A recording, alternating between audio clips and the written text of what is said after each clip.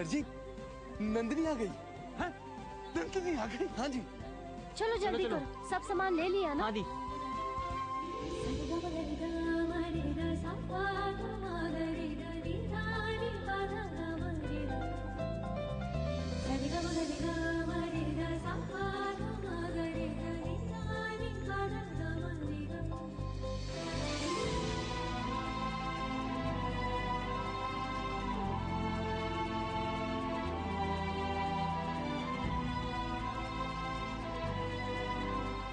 वाह, जितना अच्छा मंडप सजाया था उतनी अच्छी गाड़ी सजवाई है आपने।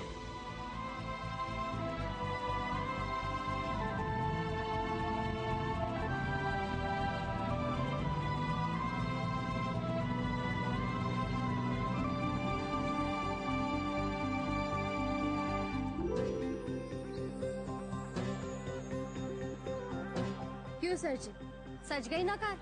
डॉट टाइम पे। वाकई बेटा जी, आपने तो हमारा धंधा चौपट होने से बचा दिया, वरना इस नेशनल डेकोरेटर की तो नाक ही कट गई होती। लुगर साहब, अब तो ये कहना ही पड़ेगा कि इंतजाम बहुत बढ़िया था। और हाँ बेटी, खास करके तुम्हारी कार की सजावट, तुमने तो कमाल कर दिया। और सजावट काफी खर्चीला था। एक बात कह देता हूँ, मैं अब 1 रुपया भी एक्स्ट्रा नहीं देने वाला। नहीं अंकल जी, आपको एक्स्ट्रा पैसे देने की कोई जरूरत नहीं है, सब कुछ एडजस्ट हो गया। लेकिन नंदिनी कैसे? अंकल जी ने कहा था कुछ 800 लोगों का खाना बनाने के लिए। हाँ। और हमने बनाया कुछ 500 या 550 लोगों का। हम खाना शिफ्ट्स में बना रहे थे, जैसे जैसे लोग आते गए वैसे वैसे खाना खाते गए, इसलिए ज्यादा खाना वेस्ट नहीं हुआ। ये समझ लीजिए, जो बचत खाने में हुई वो यहाँ पे एडजस्ट हो गई। बेटी, तुम साक्षात लक्ष्मी हो। इतनी सूझबूझ और इतनी कम उम्र में, धन्य है तुम्हारे माँ बाप। और हाँ, थैंक यू। इसमें थैंक यू की क्या बात है अंकल जी, हमारा तो काम ही है लोगों के सपने सजाना। दुग्गल साहब, मैं चलता हूँ। चलो, ट्रक आ गया है। चलो भाई, जल्दी जल्दी सामान खाली करो और लोड करो। सर, बचे हुए खाने का क्या करूं? और बचा हुआ खाना यहीं छोड़ दो। रुकिए। अरे रुको रुको। अंकल जी, आपको माफ करना बेटा जी, जल्दबाजी में दिमाग से ही उतर गई बात। कहाँ है आपकी पलटन? बच्चा पार्टी आ जाओ।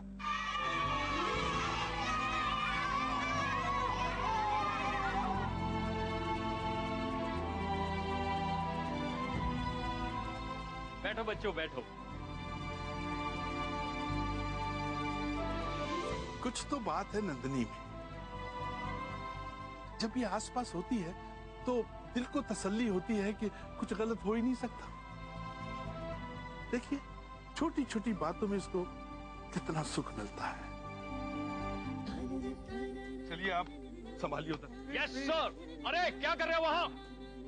अच्छा सुनो, सब लोग ठीक से खाना खा लेना। हाँ, ये भी कोई बात हुई? इंसान काम क्यों करता है?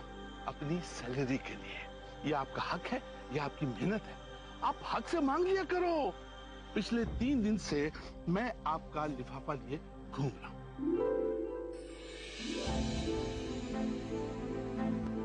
सर जी, इज्जत और हक मांग के कमाया तो क्या कमाया?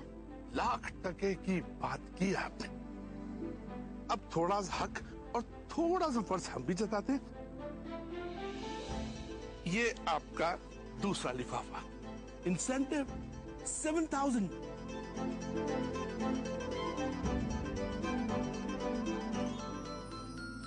Thank you so much sir. It's okay, it's okay. अब एक छोटा सा काम करना होगा, लेकिन बहुत इंपॉर्टेंट काम है। बेटा, आपको पीआरपी ऑफिस जाना होगा। PRP office? Progressive Republican party के ऑफिस जाना पड़ेगा। आपको तो पता है मुझे पेरेंट पॉलिटिकल फंक्शंस में कोई इंटरेस्ट नहीं है। अरे बेटा, बहुत बड़ा कॉन्ट्रैक्ट आने वाला है हमारे हाथ में, बहुत बड़ा कॉन्ट्रैक्ट। जितनी रैलीज होंगी ना, वो उनका कॉन्ट्रैक्ट हमारे पास आएगा। लेकिन वो डिपेंड करता है आज पे। ये सारा काम हमारा करता है शरद। उसकी अचानक होगी तबीयत खराब, इसलिए वो छुट्टी पे है।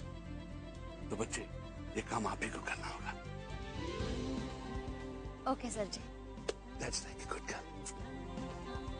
Okay, God bless.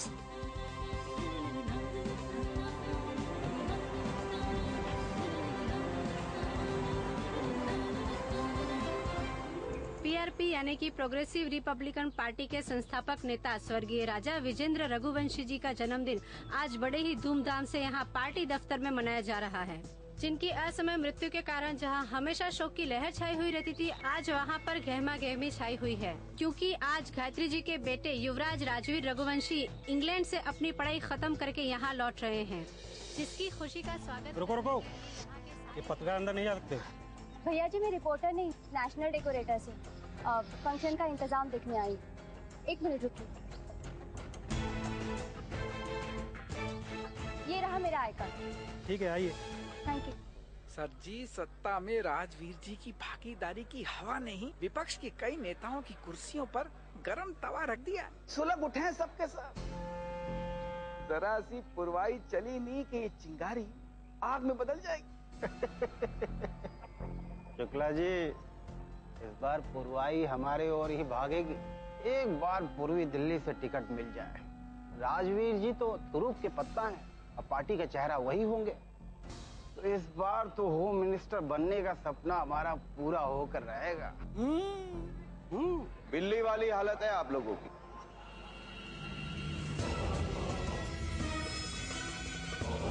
नमस्कार सूर्यमान जी। नमस्ते। आंख बंद करके दूध पीने से दुनिया सूरदास नहीं हो जाती। एक मुंह है तो दो कान, सब सुनाई देगा। बिना काम किए कुर्सी पे नजर रखने से क्या होगा? जी, मेरे कहने का मतलब कुछ। पहले अपना टिकट तो सुरक्षित कीजिए जगमोहन जी। इस तरह शेख चिल्ली बनने से कुछ नहीं होता।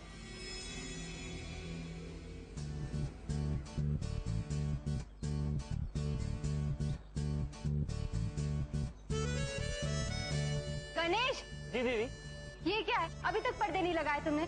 अच्छा हुआ दीदी जो आप आ गई, मुझे कुछ समझ नहीं आ रहा दीदी। अच्छा चलो मेरे साथ।